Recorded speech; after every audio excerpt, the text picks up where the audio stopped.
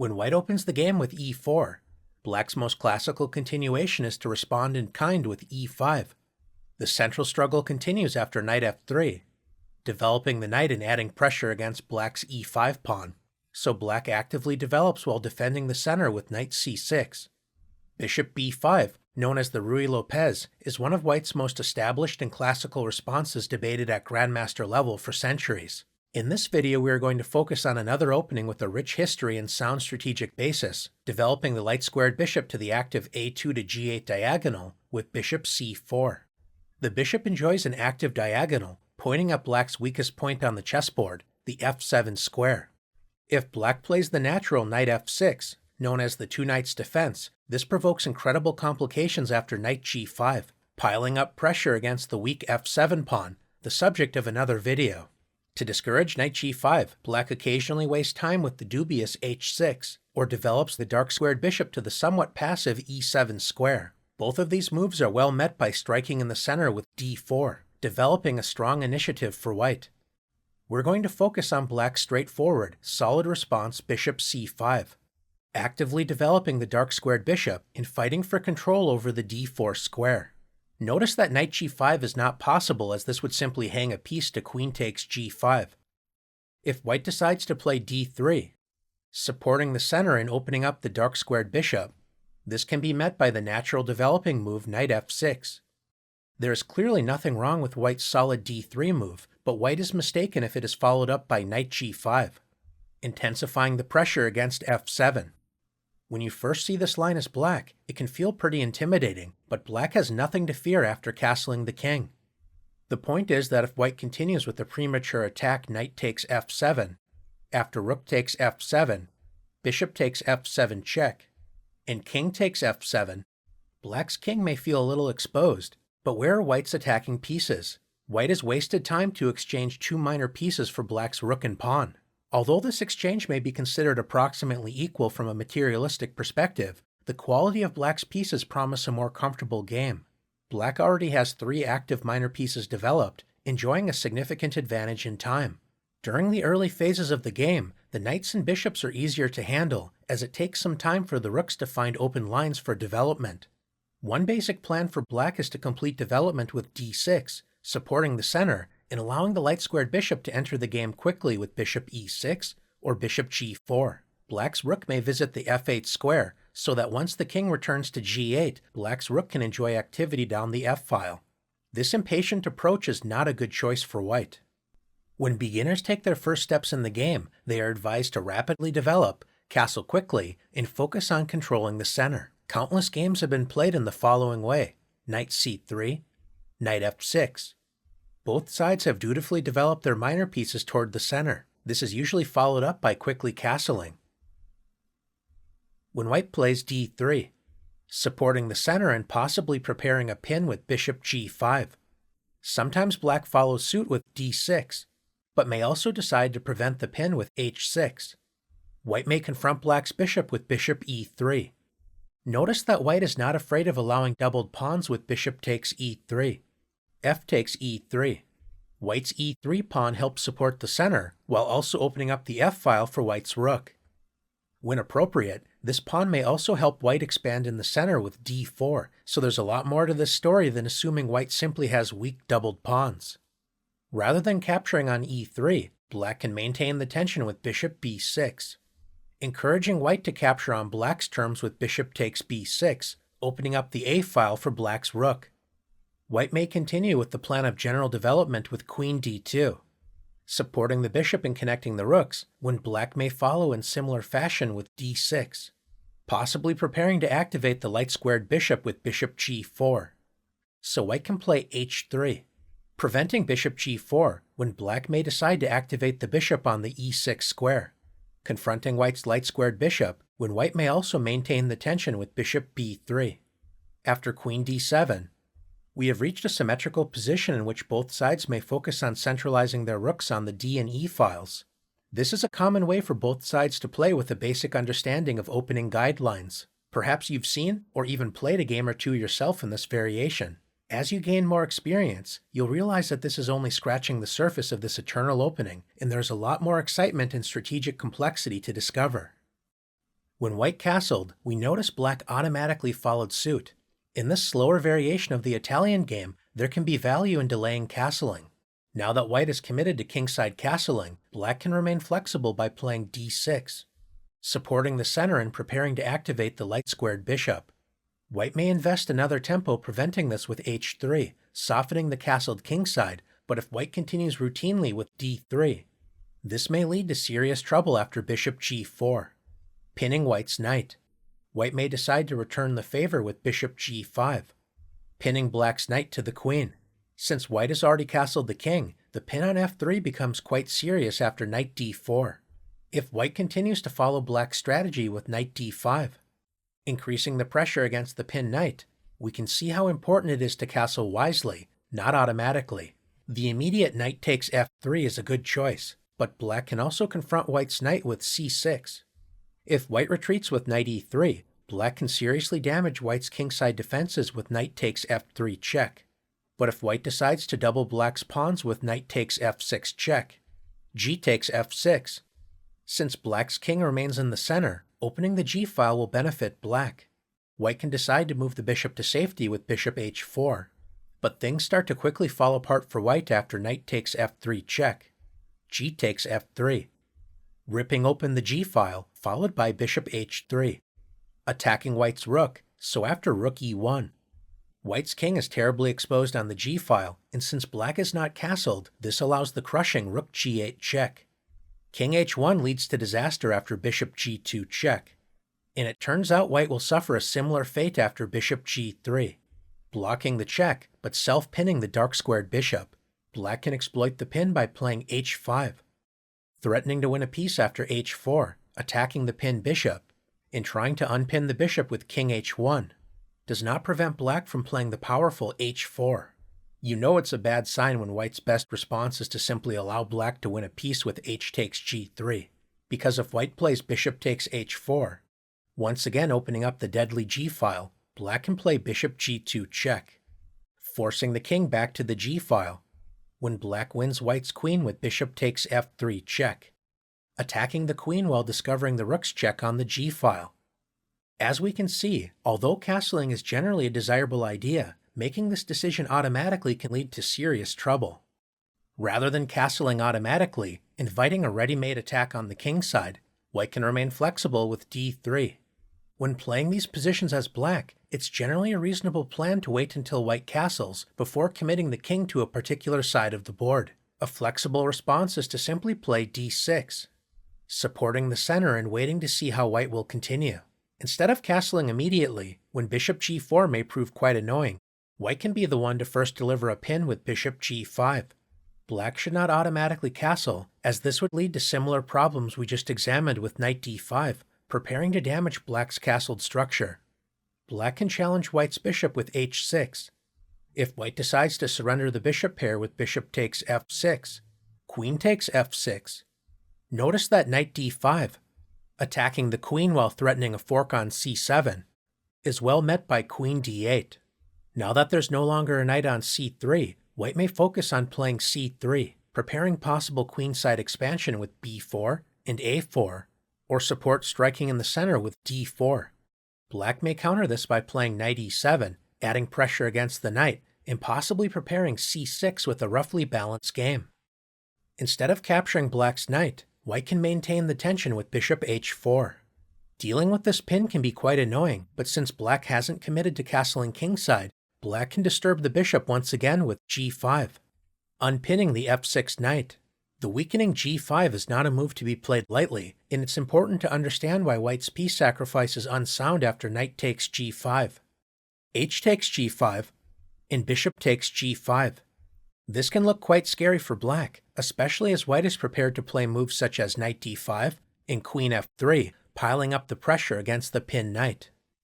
Once again, we can see the value of delaying kingside castling in this specific variation. Black can use the open g8 square to refute white's attack with rook g8. White can reinforce the bishop with h4, intending to play knight d5, intensifying the pressure against the pinned knight. Black may continue with the provocative bishop g4, or defending d5 while confronting white's light-squared bishop with bishop e6, But the simplest way to put an end to white's unsound attack is with bishop b4, pinning the knight and preparing to counter queen f3, with the well-timed rook g6, supporting the pinned knight when white lacks compensation for this unsound sacrifice. Knight takes g5 can be a serious problem if black's king is committed to the king side, but with black's king in the center, white should avoid this move and simply retreat the bishop with bishop g3. Black may continue with a quick bishop g4, or first play the subtle a6, denying white's bishop access to the b5 square, so black is threatening to gain the bishop pair with knight a5. White may respond in kind with a3, extending the a2 to g8 diagonal for white's bishop, when black may continue actively with bishop g4, pinning the knight and preparing to meet h3, with bishop h5, maintaining the tension against the pinned knight when knight d4 is in the air. Black has extended the kingside pawns, which does restrict white's dark-squared bishop, but g5 may also be subject to attack with h4, creating complex play as the kings remain flexible in the center. Knight c3 is less common at grandmaster level, although with proper play we notice there is certainly opportunity to develop interesting ideas. At this point, white may decide to castle. Try to gain more central control by offering a pawn with b4, known as the Evans Gambit. Or rather than developing the knight, the c3 square can be used to prepare central expansion with c3. White prepares to strike in the center with d4, trying to create a powerful two-pawn center. Black typically continues by developing the kingside knight and adding pressure against white's center with knight f6. Instead of defending the e4 pawn, if white is in the mood to provoke immediate complications, then white may continue by striking in the center with d4, confronting black's center. In order to hold the balance against this opening, black must respond energetically, starting with e takes d4, c takes d4. White's two-pawn center can prove quite dangerous. Now that black no longer has a pawn on e5, passive play may allow white to simply push black off the board by advancing these pawns forward, harassing black's knights. It's important to play as actively as possible with the disruptive bishop b4 check. We've reached a complex position, and several videos could be devoted to white's various options. In this introductory video, we'll briefly mention that if white blocks the check with bishop d2, the interested viewer can explore the tactical consequences that follow after knight takes e4 and bishop takes b4. But a solid place to start is bishop takes d2 check. White can recapture the bishop and support the e4 pawn with knight b takes d2. It's important that black does not casually castle or play a passive move, allowing white to stabilize the dangerous two-pawn center. Whenever possible, black should stake claim in the center with the pawn thrust d5, attacking white's light-squared bishop and breaking up the two-pawn center. After e takes d5 and knight takes d5, white now has an isolated d-pawn, but enjoys a lead in development. Now that the center has been opened, both sides should not grow too comfortable leaving their kings exposed in the center. Castling kingside is a natural path for both sides to explore. Another dynamic option to consider is queen b3, creating dangerous pressure against black's center as well as the kingside, which is well met by knight a5, provoking sharp play. If white is not interested in exchanging bishops, one option to play is knight b to d2. This invites sharp complications if black is interested in playing knight takes e4, taking advantage of the pinned knight, and preparing to strike in the center with d5. So in response to knight takes e4, white is prepared to first play d5, grabbing space and trying to secure a significant lead in development. Once again, as you're starting out in the Italian, whenever possible, black's most reliable option is to strike in the center with a well-timed d5, breaking up white's two-pawn center when both sides will focus on castling and completing development. The Italian opening has a rich history, and analysis from the year 1620 is still relevant today. An active way to respond to the check is with knight c3. White does not obstruct the dark-squared bishop with this choice, once again threatening to advance the central pawns. Since white's knight on c3 is pinned, it's important for black to fight fire with fire by playing knight takes e4, dismantling white's two-pawn center while adding pressure against the pinned knight. Capturing the e4 pawn with king still in the center is not a decision to take lightly, but if white tries to exploit this with queen e2, pinning the knight to the king, we can see black's thematic pawn thrust in action, d5, reclaiming an important share of the center. Notice that bishop takes d5 would simply lose a piece to queen takes d5, taking advantage of the pinned knight on c3. Instead of pinning the knight with queen e2, we can time travel back to 1620 when the Italian analyst Greco suggested kingside castling. White is sacrificing material in order to rapidly develop, building a potentially dangerous time advantage. In one of Greco's examples, we can see an extreme case of material versus time, starting with the natural-looking knight takes c3. B takes c3. Black should strike in the center with d5, but it's tempting to grab another pawn with bishop takes c3. White has already sacrificed 2 pawns and is only getting started. Bishop a3 is an interesting option to explore, but Greco preferred queen b3, attacking the bishop while creating a dangerous battery against the f7 pawn. Once again, d5 is necessary to counter White's initiative and try to catch up on development, but after Black captures the rook, Black has accepted everything offered and is now completely losing. White's advantage in time is overwhelming after bishop takes f7 check, king f8, bishop g5, attacking the enemy queen, which is nearly trapped. Black tries to defend the queen with knight e7.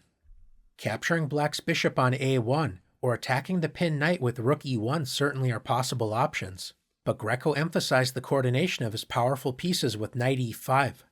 Bishop g6, threatening queen f7 checkmate is one interesting idea. And now that there is no longer a knight on f3, White is prepared to play queen f3, aligning with the enemy king, when Black's undeveloped forces and weak king are no match against Greco's powerful piece play. Instead of capturing the knight with knight takes c3, a more reliable option for Black is to play bishop takes c3. Rather than trying to capture as much material as possible, Black focuses on reducing White's control over the key d5 square. The adventurous molar attack with d5 is a fascinating line to explore when Black can retreat the endangered bishop with bishop f6, or consider knight e5, setting the stage for sharp complications. If White plays the natural b takes c3, the greedy knight takes c3 is immediately punished by queen e1 check, winning the knight. But Black can ensure a solid game with d5. Black has successfully established a strong central presence, preparing to meet bishop d3, with kingside castling. After the smoke clears, Black enjoys a solid position and should not face serious problems out of the opening. After e takes d4, the automatic c takes d4 allows a sharp struggle, although with careful play, Black should be able to hold the balance with the active bishop b4 check. Another testing option that has been essayed at grandmaster level is e5, immediately taking advantage of the space left behind, challenging Black's knight. This is an incredibly dangerous line to face without proper preparation, because natural moves such as knight e4 are punished by bishop d5. And knight g4 is met by, among other interesting choices, c takes d4, when Black will have serious problems staying afloat. We mentioned earlier that Black is often seeking the thematic pawn thrust d5, and once again, it's precisely this resource that holds the balance for Black. When White plays the dangerous e5, it's important to remember the key central counterstrike, d5. At first glance, this looks like a terrible move as it allows e takes f6. When after d takes c4, White can play f takes g7, attacking Black's rook, so the rook defends itself with rook g8. It turns out that Black is doing perfectly well, because if White decides to castle, queen f6, preparing to open up the g-file with queen takes g7, threatening checkmate on g2 is an excellent option for Black. And Black may also decide to immediately capture the pawn with rook takes g7, suddenly adding pressure against White's castled kingside, preparing to meet rook e1 check, with bishop e6. Notice knight g5, attempting to add pressure against the pinned piece, is well met with rook takes g5. So Black is ready to move the queen and castle queenside, when White's king may prove more exposed to a dangerous attack. Since the tempting e takes f6 does not promise White anything special, countless grandmaster games have continued with bishop b5, pinning the knight while moving the bishop to safety when Black centralizes the endangered knight with knight e4. White typically reclaims the pawn with c takes d4, thanks to the d5 pawn anchoring Black's center. Instead of playing bishop b4 check, which is still possible, many grandmasters prefer to play bishop b6. Since White's central pawns are unable to favorably advance, Black maintains the pressure against White's backward d4 pawn, emphasizing that White's central space advantage is not without some drawbacks as well. This is a roughly balanced position with plenty of interesting chances for both sides. The Italian is a strategically rich opening, and although c3 appears to prepare d4, white may also decide to avoid these forcing, concrete lines by defending the e4 pawn with d3. Many grandmasters have revisited the Italian game, especially as the Berlin defense and martial attack have caused their fair share of headaches for white in the Ruy Lopez. It may seem strange to combine c3 with d3. Just because white played d3 doesn't mean d4 isn't still a possibility, and white will often seek to expand in the center with precisely this move once white has completed development. For example, after d6. With the knight on c3, we learned how automatically castling can quickly lead to disaster with careless play. Even though the knight on b1 appears restricted with the pawn on c3, this can actually favor white. There are no shortage of ideas to explore, including bishop b3, the immediate knight b to d2, and in this case, white can comfortably castle. If black decides to pin the knight with bishop g4, thanks to the c3 pawn, this is less dangerous as black is unable to add more pressure against the pinned knight with knight d4. White can decide to question the bishop with h3, provoking bishop h5, when the light-squared bishop may prove quite misplaced on the king side. One theme to keep in mind is the space-gaining a4. If black isn't paying attention, then b4 followed by a5 will trap black's bishop. In response to a4, a6, or a5 both have their pros and cons. Let's say that black plays a5, grabbing space and discouraging b4 at the expense of weakening the b5 square. We can now see white's queenside knight enter the action with a thematic maneuver, knight b to d2. After black castles, white can centralize the rook with rook e1, preparing to complete the queenside knight's instructive journey after queen d7. With knight f1, white's knight prepares to find activity on the king side, so if black plays h6, preventing bishop g5, white can play knight g3, attacking the light-squared bishop, so after bishop g6, the light-squared bishop is restricted by white's pawns. White's knight on g3 eyes the f5 square, which may later be supported by the other knight with knight h4, gaining a tempo against black's bishop, which continues to prove misplaced. This is the sort of quieter Italian game position, maintaining plenty of tension in pieces on the board, that can allow the more experienced player to outplay an opponent less comfortable with subtle maneuvering games.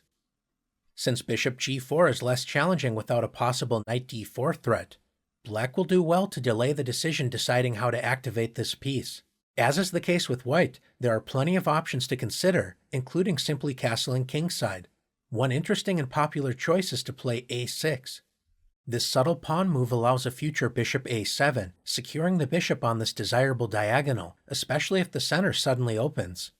a6 may support a future b5, but a6 also prevents white's bishop from using the b5 square. This may allow black to gain the bishop pair in the future with knight a5, but with the bishop on c5, this is not yet a threat as white can play bishop takes f7 check, followed by forking the two minor pieces with b4. As black is taking a moment to secure the dark-squared bishop, in addition to moves such as a4, white can take a moment to secure the light-squared bishop with bishop b3. White's bishop remains flexible on the a2 to g8 diagonal, preparing to move to c2 if necessary. In response to bishop b3, black may decide to castle, or first move the bishop to its favorite hideout on a7. This move may look a little strange, but the bishop remains active on the diagonal, while also feeling a bit more secure than it was on c5. If white eventually plays d4, which is often the case, this no longer attacks the dark-squared bishop, allowing black more flexibility with how to handle the center. The Italian game is an incredibly subtle opening, with seemingly an endless amount of move orders available for both sides. Let's take a look at a common line starting with knight b to d2. We've seen this knight maneuver before, and it's a common idea to keep in mind. After black castles, it's possible to play rook e1, but black's knight can join the dark-squared bishop's pressure against f2 with knight g4. The rook can move to e2 with a perfectly reasonable position, but white can also prevent this possibility by first playing h3. Black may respond in kind with h6, when white continues as expected with rook e1, supporting the center while clearing the f1 square for white's typical knight maneuver. Black has a variety of options that are worth exploring, including immediately confronting white's light-squared bishop with bishop e6, intensifying the struggle over the center. Preparing this with rook e8, followed by bishop e6 is a solid way to continue. Focusing for central control is a great idea, but black can also focus on the king side with the interesting option knight h5, eyeing the f4 and g3 squares. h3 has weakened the g3 square, so notice g3 would be a terrible mistake, not only because it hangs the pawn on h3. Black can simply play knight takes g3, taking advantage of the pinned f2 pawn. Moving the knight to h5 temporarily makes this piece loose, and as it's aligned with white's queen, it's important to understand what happens if white plays knight takes e5, capturing a pawn while revealing the queen's pressure against the undefended knight. This turns out to be a serious mistake as black can play queen h4. Don't forget about black's bishop hiding on a7. It joins the queen in attacking the f2 square. White cannot both defend the threatened knight on e5 as well as the f2 pawn, so knight takes c6 is well met by queen takes f2 check. Black will regain the piece after b takes c6 when white's fractured kingside is under tremendous pressure. As the overly ambitious knight takes e5 backfires for white, a more sensible choice is knight f1. Notice how the knight on h5 restrains the typical plan of knight g3 for the moment. In some cases, the knight may move to h2, supporting the other knight, as well as eyeing the g4 square. The knight also helps support bishop e3, which we'll see in a moment. Black's knight on h5 does not want to linger on the square forever, often preparing to leap into the f4 square. We see these ideas in action after black's typical continuation, queen f6, supporting the center while also preparing knight f4. White continues developing and fights for central control with bishop e3. When black's knight invades enemy territory with knight f4, white has a variety of options, including the typical knight g3. White sometimes plays king h2, supporting the h3 pawn while vacating the g1 square for other pieces to use. White's most direct continuation is d4, expanding in the center while increasing tension against the e5 pawn. Since black's queen supports e5, this allows black to play the instructive maneuver, knight e7, preparing to support the king side while also opening up the c7 pawn. In some cases, black tries to play c6, preparing d5. But another idea is to strike against white's two-pawn center with c5. Now that black's knight is no longer protecting g3, this is a good moment to continue with knight g3. When black also completes a useful knight maneuver with knight e to g6, supporting the center, the other knight on f4, and possibly considering a future knight h4 if it proves desirable to offer an exchange of knights. White can grab more space on the queen side with a4, but another instructive option is bishop c2. It may appear strange to move this bishop to a seemingly less active diagonal, but it serves an important role. The bishop supports the center, as well as a future knight f5, increasing pressure against black's kingside.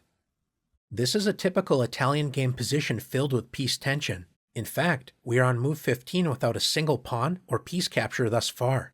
Black can make quiet improvements such as rook e8, supporting the center, or strike against the hotly contested d4 square with c5. In this case, white can grab more central space with d5, allowing black to claim space on the queen side with c4, setting the stage for a tense positional struggle. As is the case with many quiet variations of the Italian, white enjoys a slightly more comfortable game, but black's position remains solid with plenty of chances for both sides.